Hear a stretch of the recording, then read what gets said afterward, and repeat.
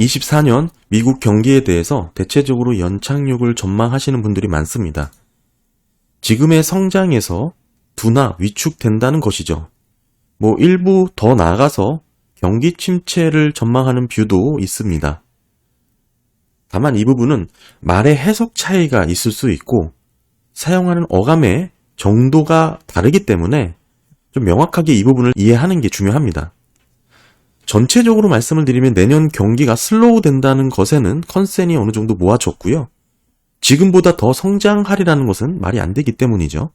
보시는 표는 필라델피아 연은이 준비한 자료고 23년 2.6% GDP 성장이 내년 1.3%까지 낮아지는 것을 볼 수가 있고요. 코어 PC 물가도 2.4%로 잘 잡히고요. 그리고 고용 부분도 보게 되면 실업률이 4.2까지 소폭 높아지고 비농업 일자리도 9만 1000건 정도 이렇게 안정되는 모습으로 전망을 하고 있습니다. 한마디로 연착륙의 모습이죠. 며칠 전 경기 선행 지수를 통해서 말씀드린 영상이 있습니다. OECD CLI 보시게 되면 전반적으로 이렇게 상승하는 흐름이 나오고 있지만 제가 주요 국가들과 지금 특히 미국 같은 경우 이 상승률이 둔화가 되기 시작했다라고 말씀을 드렸죠. 곧 하방 사이클로 들어서는 진입에 임박해 있다라고 말씀을 드렸습니다. 사실은 이 OECD 경기 선행 지수 같은 경우는 그나마 경기가 살아나고 경기가 강하다라고 주장하던 소위 강세론자들이 자주 쓰던 지표 중에 하나였습니다. 경기가 바닥을 찍고 반등하고 있었기 때문에 그렇죠. 하지만 이제는 이 윗부분에서의 변화율이 의미 있게 감소 영역으로 떨어지고 있다는 것을 제가 말씀을 드렸고 지금은 아직은 플러스이기 때문에 상승하는 모습이 나오지만 이 상승 기울기가 지금 누워졌다라는 뜻입니다. 이게 좀 더 지나가게 되면 마이너스로 들어서게 되고 결국에는 하방으로 다시금 꺾여 들어가는 흐름이 예상된다는 것이죠. 24년 글로벌 IB들 성장률 전망을 조금 보면 대체적으로는 둔화 될 것으로 예상을 하고 있죠. 그러면서도 사실 경기 침체 가능성 그렇게 높게 전망을 하고 있지는 않습니다. 시장 언제나 그렇듯이 뚜렷한 의견이 모아지고 있진 않죠. 대체적으로 연착륙을 전망을 제일 많이 하고 24년 증시 전망을 보더라도 가장 긍정적으로 보는 기관들은 5100까지도 보고 있고요. JP모건 같은 거는 가장 부정적으로 보면서 4200, 지금이 4700이죠. 그러니까 내년에는 더 한 500포인트 정도 떨어질 것으로 JP모건은 지금 전망을 하고 있습니다. 차트를 보시면 이런 흐름이죠. 지금 4700 부근이니까 JP모건은 더 떨어질 것이다 라고 보는 거고 사실 대부분의 IB들은 다 상승 또는 꾸준한 유지, 박스권을 전망을 하고 있습니다. 한마디로 의견이 조금 갈렸다라고 볼 수도 있는 부분이고 그래서 오늘 드리고 싶은 말씀은 24년 경기 침체가 오냐 안 오냐 또는 연착륙이냐 경착륙이냐 이렇게 의견이 분분한데요. 경기 침체 과연 일어나더라도 증시가 얼마나 떨어질까 한번 고민해 봐야 된다라고 생각을 합니다. 24년 경기가 좋지 않을 거라는 거에 대해서는 크게 부정하는 분들이 없죠. 지금보다 경기가 둔화되는 게 너무나 당연합니다.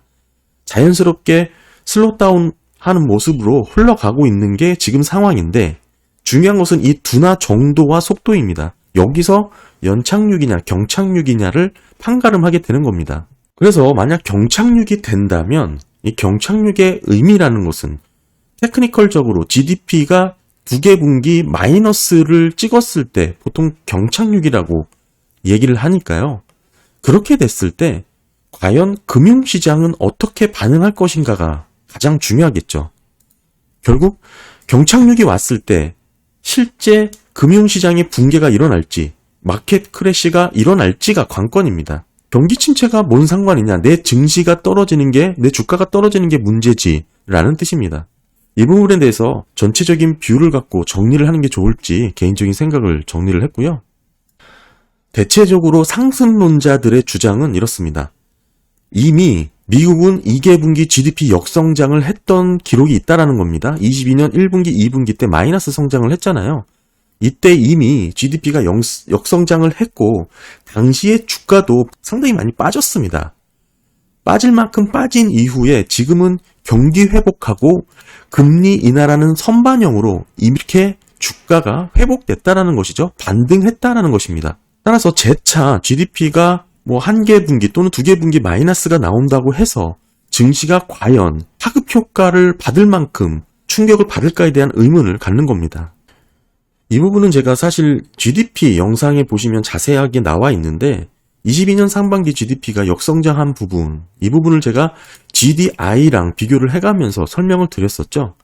핵심만 말씀을 드리면 당시는 GDI와의 격차가 크게 나지 않았습니다. 이게 GDP가 개정되기 전에는 오히려 GDI는 마이너스가 아니었어요. 그 정도 차이가 많이 났었는데 지금 개정이 되면서 그 차이 정도가 조금 줄긴 했습니다. 그럼에도 여전히 이렇게 좀 벌어진 부분을 확인할 수가 있죠. 침체가 오기 전에 GDP와 GDI가 이렇게 간극이 벌어집니다. 지금도 동일한 현상이고요. 정리를 해보면 이때 GDP는 마이너스를 기록했지만 당시 GDI는 마이너스가 아니었어요. 따라서 어떤 얘기가 있었냐면 당시는 역성장, 두 개 분기 역성장을 하더라도 불경기가 아니다라고 근거를 삼았던 게 GDI가 마이너스가 아니기 때문이다라고 얘기를 했던 것이죠. 그런데 보시면 지금은 GDP가 플러스로 놀라운 성장을 보이지만 GDI는 마이너스 영역으로 떨어졌습니다. 이게 결국에는 GDP가 재차 떨어지면서 다시 같은 상관관계를 갖게 되는데 이렇게 GDP가 떨어지는 시기, 이거를 경기 침체로 해석돼야 된다라고 말씀을 드렸던 것입니다. 따라서 22년 1, 2분기 이미 마이너스를 찍었던 GDP가 경험이 있기 때문에 이제 반등한 주가가 다시 GDP가 마이너스 찍힌다, 즉 경기 침체가 온다, 실물단에서 위축이 생긴다 하더라도 충격을 받을까? 받을 수 있다는 것이죠. 왜냐하면 이때는 GDI가 마이너스가 아니었고 간극이 그렇게 벌어지지 않았던 상황이고 지금은 벌어진 상황이죠. 그러니까 실질적으로 경기 침체 직전에 나타나는 패턴이 이번에 나타난 겁니다. 따라서 이번에 만약 24년 1, 2분기 마이너스 역성장을 하는 테크니컬적인 경기 침체가 나타난다면 증시 충격 있을 수 있다. 저는 그렇게 보고 있고요. 다만 그 정도와 강도에 있어서는 조금 다를 수가 있죠. 그 부분은 유동성 여부와 함께 살펴봐야 되는데 뭐 뒷부분에 계속 설명을 드릴 거고 이때 이렇게 주가가 빠진 거는 뭐 물론 GDP가 역성장했던 부분도 있지만 금리 인상에 대한 부담도 크게 작용을 했었습니다. 그래서 이미 선반영이 돼서 빠졌던 부분이고 지금은 금리 인하에 대한 기대감이 있기 때문에 사실 경기 침체가 발생한다 하더라도 어느 정도 상쇄될 가능성도 있습니다. 이 부분은 가가감을 해서 고려를 해야겠죠. 증시의 변동성, 특히 마켓 크러쉬의 여부는 사실 유동성을 살펴봐야 됩니다. 이게 더 중요하죠. 실물단에서 망가지는 것보다 금융시장의 붕괴는 유동성에 직접적인 연관성이 있습니다. 이게 더 중요한 지표고 결국 단기자금 거래시장, 레포 시장에서의 발작이 또 한 번 일어나게 될지 또는 연준의 지급준비금을 더 중요하게 살펴봐야 된다라고 제가 강조해서 말씀을 드렸죠. 세세한 내용은 다 지난 영상에 다 있습니다. 그러니까 한번 못 보신 분들은 한번 보시는 것을 추천드리고 결국 이러한 유동성의 충격, 유동성의 발작이 생겨야 다시금 증시의 붕괴, 마켓 크러쉬 가능성이 생길 수 있다. 이렇게 정리를 할 수 있겠죠.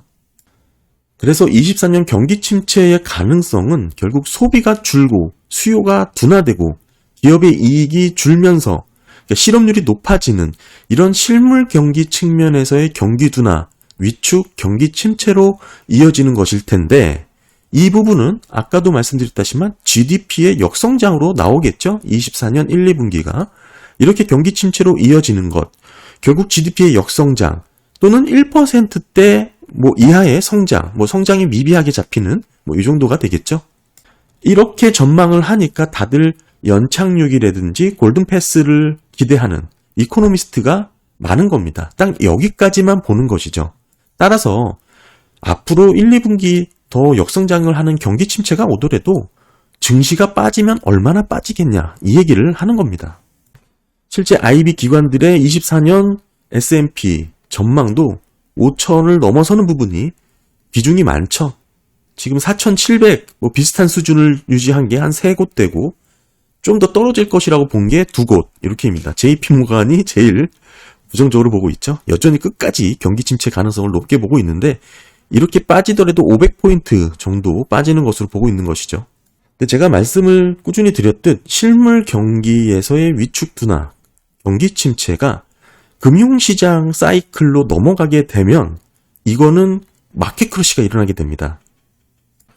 근데 언제 넘어가냐? 예전에는 당연히 고금리를 높게 유지하게 되면 넘어가게 됩니다. 그런데 12월 FOMC에서 연준이 스탠스가 완전히 180도 달라졌습니다. 물가가 잡히지 않더라도 실물 경기를 봐가면서 금리 인하를 할 수 있다. 보험성 금리 인하를 언급을 한 것이죠. 상황이 완전 달라진 겁니다. 따라서 저는 그 직전까지만 하더라도 경기 침체 가능성이 상당히 높고 고금리를 오랫동안 유지한다면 필연 금융시장의 붕괴까지 이어질 것이다라고 전망을 했던 것이고, 이에 연준의 스탠스가 달라졌기 때문에 그 달라진 포지션에 맞게끔 포트폴리오 변화도 가져왔다라고 말씀을 드렸고요. 그렇다고 대세 상승이냐? 그건 또 아니라고 말씀을 드렸죠. 분명히 경기 침체 가능성 직전까지 시장의 멜트업이 생길 수밖에 없기 때문에 그런 과잉 투자 구간에 단기적으로 보고 진입한 것이다라고 말씀을 드렸습니다. 그렇다면 지금 시점에서 연준의 그런 선제적 금리 인하 대응을 천명한 지금 시점에서 경기 침체까지는 오케이, 금융시장의 붕괴, 마켓 클러시의 가능성은 완전히 사라진 것인가? 라고 질문을 하신다면 저는 그렇게 보고 있지는 않습니다. 왜냐? 금융시장의 붕괴 사이클로 넘어가는 과정, 이거는 사고입니다. 마켓의 사건, 사고 개념으로 보셔야 돼요. 언제 생길 수 있냐면 하필 그때 그 일이 겹치게 되면 발생하게 되는 거예요. 24년 경기 침체, 실물 경기단에서의 경기 둔화, 경기 침체는 어느 정도 컨센이 형성돼 있다고 말씀을 드렸죠. 그럼에도 이게 얼마나 빠질까라고 생각을 한 것이죠. 그래서 대부분의 이코노미스트나 애널리스트는 빠져도 많이 빠지지 않을 것이다 이렇게 보는 것인데, 근데 만약에 마켓 크러쉬가 발생할 수 있는 상황이 하필 그때 그 일이 겹치게 되면 충분히 일어날 수가 있는 상황도 여전히 살아있다라고 봐야 됩니다. 24년 경기 침체가 일어난 가운데 공교롭게 유동성 충격 시기가 겹치게 된다. 그렇게 되면 문제가 생긴다는 뜻이죠. 제가 꾸준히 말씀드렸던 구체적으로 언급했던 내용들이 있습니다. 첫 번째는 24년부터 만기 도래하는 회사채, 하이힐드 채권이 있겠고 리파이낸싱의 위험이 있겠죠. 그리고 또 뭐가 있습니까? 만기 도래하는 회사채 당연히 있겠고 상업용 부동산도 있습니다. 절대적인 대출 규모가 크진 않지만 상업용 부동산을 기초자산으로 하는 CLO 파생상품의 부분은 사실 정확하게 그 파급 효과를 가늠하지 못하고 있는 상황입니다. 따라서 이 부분도 얼마든지 확대될 수 있는 여력이 있다는 것이죠. 저금리로 부채 비율을 꾸준히 늘려왔던 기업들이 결국에는 고금리를 하면서 레버리지 확대를 통해 이익이 줄어들 수밖에 없는 거고, 이는 리파이낸싱의 리스크가 높아지게 되는 겁니다. 결국 유동성 경색이 얼마든지 일어날 수가 있는 거고, 이 부분은 단기자금거래 시장에서의 발작으로도 우리가 이해를 할 수가 있는 겁니다. 이러한 사건, 사고는 결국 그때 그 일이 겹치면서 공교롭게 함께 퍼지면서 생길 수 있다. 이게 좀 봐야 되고요. 최근 시장 금리가 좀 급격하게 내려갔죠. 10년물 금리가 빨리 떨어졌잖아요. 그러다 보니까 이 상업용 부동산에 대한 리스크는 일정 부분 줄어든 면도 없지 않아 있습니다. 10년물이 떨어지면 모기지가 떨어지고 그러다 보면 결국 이 상업용 부동산에 대한 부담은 줄어들 수밖에 없는데, 그렇다고 해도 지금 기준금리가 내려간 게 아니죠. 기준금리가 내려간 게 아니라는 것은 이 단기거래 시장에서의 발작, 레포 시장의 유동성 충격은 얼마든지 촉발될 가능성이 있기 때문에 특히 은행이 아닌 비은행 기관에서의 문제가 더 심각하죠. 단기자금 거래에서 이미 레버리지를 극대화하는 헤지펀드들도 여기서 자금을 일시적으로라도 받지 못하는 상황이 이어진다면 이는 걷잡을 수 없는 상태로 빠르게 나락으로 떨어질 수 있습니다. 그것도 아주 빨리 조정을 받기 때문에 이 단기거래 시장 상당히 주의해서 살펴봐야 된다 말씀을 드리고, 그래서 24년 전반적인 추세나 모멘텀이 어떤 트렌드로 방향을 틀었는지도 중요하고요. 시장 어떻게 반응하는지, 경제 지표는 어떻게 나오는지 세부 변화를 상당히 디테일하게 살펴봐야 됩니다. 여기에 연준이 선제적 금리 인하를 하겠다라고 한 새로운 보험성 금리 인하 정책을 실제 단행할지, 언제 할지, 어느 정도 할지도 매우 중요하게 살펴봐야 됩니다. 쉽지 않은 시장이 24년 될 것 같고요. 정리해서 말씀을 드리면 24년 실물 경기의 둔화 위축은 어느 정도 기정사실화된 상태입니다. 말씀드렸다시피 경기 선행지수가 이미 꺾였고 변화율이 하방 사이클로 진입을 했다라는 거 보여드렸죠. 경기가 적당히 식어가는지를 잘 살펴야 된다. 이 살피는 부분은 실물 경기 둔화 위축이 경기 침체로 이어지는지를 봐야 된다라는 뜻이죠. 대표적으로 뭘 보면 되냐? 첫 번째는 실업률이 있습니다. 샤멜 법칙을 봐야겠죠. 0.33에서 조금 후퇴하긴 했습니다만 이게 3.9로 잡혔던 거고 이게 3.7로 잡혔던 겁니다. 그러니까 소수점 두채짜리로 가게 되면 그렇게 큰 차이가 없다라는 거 말씀을 드렸고 평균으로 보더라도 3.8로 보는 게 맞습니다. 그러니까 10월, 11월 그냥 똑같이 3.8로 보는 게 합리적이다라고 그때 한번 말씀을 드렸었죠. 어찌됐든 샤멜 법칙이 이 0.5에 달하는지 한번 주의 깊게 살펴야 되는 거고요. 그리고 이제 비농업 일자리도 지금 10만 이하로 떨어지는지 그것도 잘 체크를 해야 됩니다. 내년에 9만 1000건까지 떨어질 것으로 보고 있는데 10만 이하로 떨어지는지 급격하게 더 떨어지면 경기 침체 가능성이 더 빨라지게 되는 것이죠. 그리고 제가 또 누누이 요즘 강조하고 있는 이 제조업 PMI가 있습니다. 빨간 선이 제조업 PMI 헤드라인인데 헤드라인 자체는 지금 48 이하로 왼쪽입니다. 46을 조금 상회에서 유지가 되고 있죠. 그래서 낮은 수준이기 때문에 안심할 수 있다라고 생각하실 수가 있는데 기준선이 50이기 때문에 그렇습니다. 그렇긴 하지만 PMI에서 신규 주문과 재고 스프레드는 선행 데이터입니다. 보시면 꾸준히 우상향하고 있죠. 그래서 제가 이렇게 계속 높은 수준을 유지하게 되는 것인지 이게 더 높아질지 신규 주문 재고 스프레드가 더 떨어질지를 중요하게 살펴봐야 된다고 말씀드렸습니다. 아직까지는 기타 PMI 데이터들이 실제 수요가 살아났다고 볼 만한 근거는 없었습니다. 수주잔고라든지 배송 시간이라든지 여러 가지 이유를 들었었죠. 하지만 신규 주문 재고 스프레드가 이렇게 늘어났다는 것은 고객사들이 일부 재고 보충을 했다라는 뜻이고 이 부분은 그동안 재고 사이클이 바닥까지 떨어졌기 때문에 반등할 수 있는 여력으로 해석되어야 한다. 하지만 이게 실제 수요가 살아나는지는 조금 더 지켜봐야 된다. 그리고 PMI, 특히 제조업 PMI가 더 살아난다면 이는 경기 회복에 대한 그런 시그널로도 해석될 여지가 있다라고 앞으로 한두 달 나오는 제조업 PMI 상당히 중요하게 봐야 된다. 제가 강조를 꾸준히 드렸습니다. 그리고 여전히 낮게 나오는 신규 실업수당 청구 건수도 제가 샤멜 법칙을 적용해서 충분히 이해할 수 있다라고 말씀을 드렸죠. 딱 보시면 지금 20만 초반대지만 이게 25만 정도만 나와도 사실 샤멜 법칙처럼 경기 침체가 시작될 수 있는, 진입할 수 있는 임박한 그런 수치로 해석이 될 수 있습니다. 20만 초반이지만 여전히 35만까지는 가야 된다. 그렇게 보지 않아도 된다고 제가 여러 번 영상으로 따로 말씀도 드렸고 강조를 드렸죠.